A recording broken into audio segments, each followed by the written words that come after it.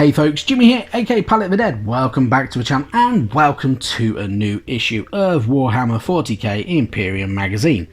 Now, as per usual with all these videos, if you like them, please hit that like button, subscribe to the channel if you haven't already, and of course, drop a comment down below.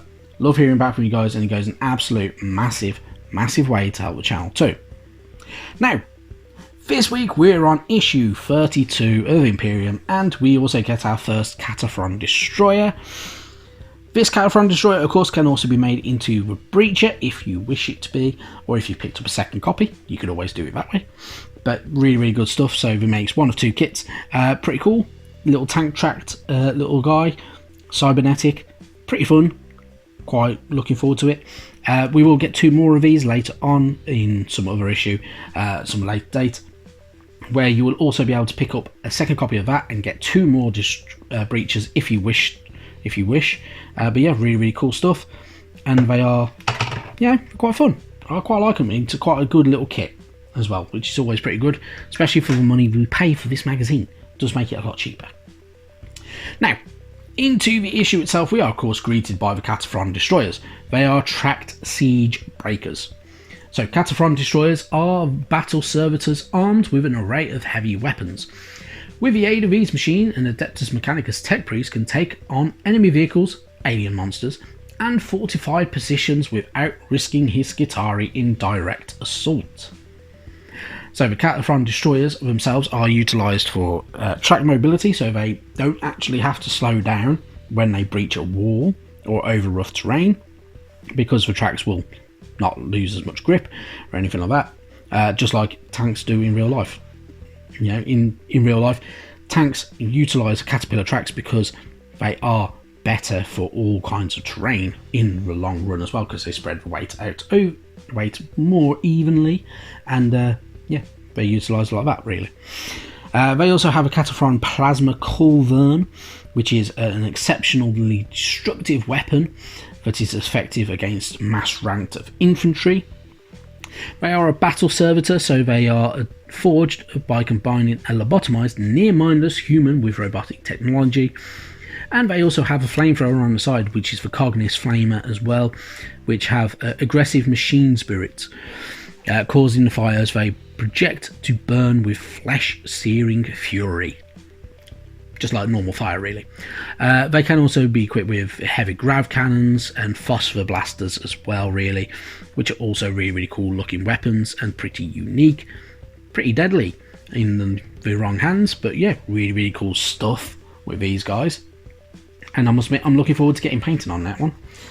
On the other page, of course, you can have your battle records, so you can add them to your mana pool, cohort and MacLeod, give them a sigil, you can give them their names as well. And then you can also name your destroyers, so all three destroyers you can name ready in advance. So utilising the background page that we had issues ago. So yeah, really good stuff, and you can add a little bit of extra to your game and your battles and your armies, and make it your own, which is always the nice thing about things like Warhammer. You can make it your own in the long run. So really good stuff. But yeah, looking forward to getting cracking with all of that. Then on the other page we have the Ancient and the Arcane. This is giving us information about the forces, and of course sticking with the Adeptus mechanicus here. So the tech priest, strange rites, biomechanical servants, and ability to operate incomprehensible devices make them figures of awe and fear across most of the Imperium. The Adeptus mechanicus draw upon thousands of years of surviving human technology and the mysteries of their own arcane religion in order to create formidable battle tanks, huge energy plants, city-sized space vessels, and even more sinister creations. So, with the Adeptus mechanicus obviously being the kind of very heavy technological force within the Imperium of man, there are many different facets to them as well. So they have the servitors, which are created from the bodies of mind-wiped and lobotomized humans, usually criminals. They are then augmented with mechanical arms and tools for a variety of different roles. So you may see models of those knocking around as well, which is really bit interesting. And obviously, you know, using the kind of mind-wiped and lobotomized humans sounds like a very horrible thing to do. But this is the dark future. This is the 41st millennium, so times have changed, and you know, war is near enough endless in the Warhammer 40,000 universe. There are things like the Electro Priests as well. These are fanatics that are implanted with devices that channel motive force, which is the aspect of a machine god that is said to give life to all biological and mechanical things.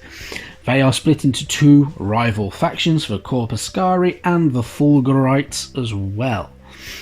On the following page though, we also have some more information. So we have the Onager Dune Crawlers, which are giant lumbering war machines that are able to negotiate difficult terrain and bring their devastating weaponry to bear upon the enemy.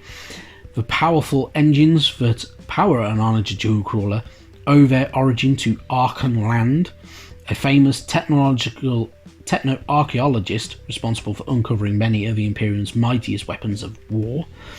These are pretty cool weapons as well. So they have these legs, so they are a mechanical crawling weapon and tank, which is pretty unique to the Skitari and the good old Adeptus mechanicus, and they do look really, really cool. And I must admit, I am almost a little bit tempted to get one of these guys. Then we have the Iron Striders. Now, the Iron Striders are walking engines that are piloted by the corpse of this Sidonian Dragoons and Iron Strider Ballastardi. They are each fitted with limbless and sightless servitors that act as interfaces between Skitari riders and the near-perfect perpetual motion device at the engine's core.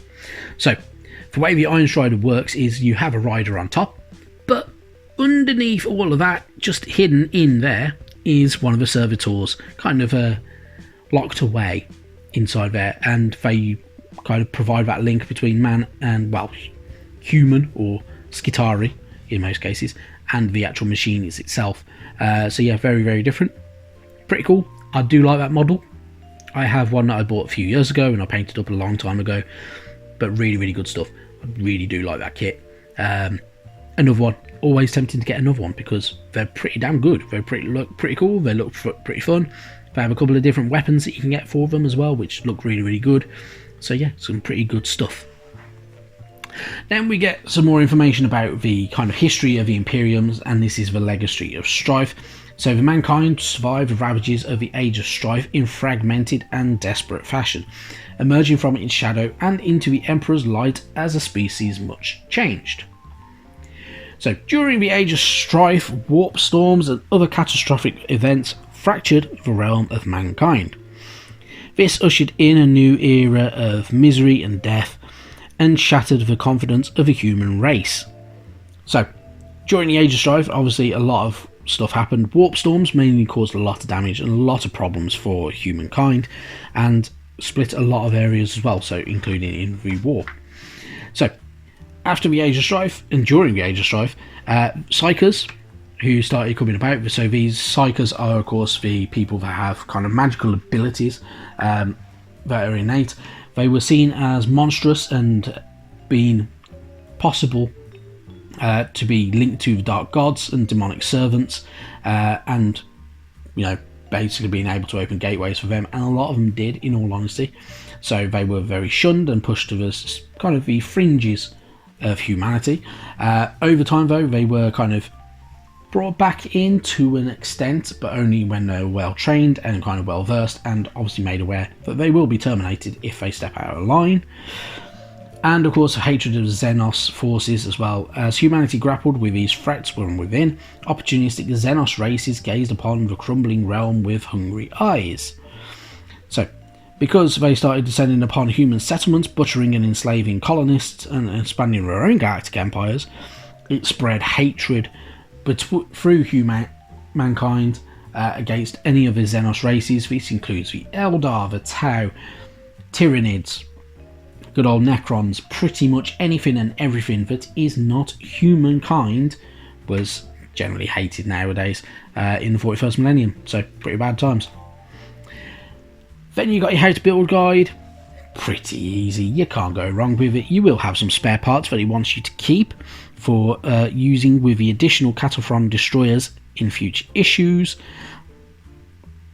Could be pretty handy. If you're building the breaches as well, you might find some parts that are not used in the magazine but will be used later on, but otherwise fairly straightforward stuff. You can't go too far wrong with it, I don't believe. Going to be good going. Have a bit of fun with it, enjoy it, build it up, and away you go. If you're going to build the breacher, you might want to try and Google the actual instructions for building the breachers. Entirely up to you though, or if you want to kind of kit bash, you can have a bit of a kit bash. Entirely up to you though. Then your how to paint guide, very, very simple. Paint it up as very similar way to what you did with your good old other Adeptus mechanicus. So your tech priests and your good old Scitari, and you'll have something looking very similar to like that if you are following the guide. Entirely up to you if you are, but otherwise you'll have a very cool looking unit, which is going to be really good fun. But yeah, really good stuff, and it'll be nice to see a lot of people with them on their battlefields as well. The base, you're going to get texture paint later on for the bases, or you can follow like my recipe, which is using literally some Vallejo ground texture, which keeps going for ages. I mean, I bought the pot 3 years ago and I've used a lot of it, and it's still going, and it's still about half full, which is really good stuff and pretty cheap. Then you've got your faction rules. So this is the Adeptus Mechanicus rules. So there are specific rules for every faction within good old Warhammer 40k, just like there is in good old Age of Sigmar. With the Adeptus Mechanicus, obviously being no strangers to these different rules, we have a page just going through everything about the canticles of the Omnissiah as well on here, but really good stuff. We also get our data sheet for the Cataphron destroyers. If you have built the breacher, you will need to try and find the data sheet for the breachers. I'm sure it's plastered up online in a few places anyway, so it's not too bad. But yeah, you can kind of go through all of that as well. So really good stuff and quite good fun to go through. And then finally, we have our battle plan for the week. Relentless Assault. So we are using 1 Necron Overlord, 10 Necron Warriors, and our 5 Immortals, going up against our Tech Priest Dominus, 10 Scitari Rangers, and our new Cataphron Destroyer. Literally going from one side to the other, and the victory is basically for the Necron Overlord must lead his forces across the battlefield and breach the lines of the enemy. So, only goes for 5 rounds, of course, as per usual. So you literally have to get the Necrons from one side to the other if you can, and the Adeptus Mechanicus just need to take out the others. So pretty good fun. But yeah, really good stuff. It could be quite good fun as well to do that one. But yeah, pretty damn good. On to next week. Next week we get paint. So we are going to get Cryptek Armor Shade Gloss, and we are going to get Reichland Flesh Shade. Both really handy. I've never used a gloss before, so I'll be quite interested in where I'm going to utilise that, if I'm going to utilise it at all. We will get some information about orcs and updated Necron datasheets as well. Then issue 34, we get some more scenery, so we get more of a Rune Factorum, we get information about the Imperial Fists, and some updated Space Marine datasheets as well. So, pretty cool stuff. Looking forward to it. A lot going on with the magazine. We're still not even halfway through it as well yet, so there is a lot more to go, but really good stuff, and some really cool models to look forward to, which I'm chomping at the bit for now. But really good stuff. Anyway, that's enough of me. Thank you very much for watching, and I'll see you sometime soon. Bye bye now.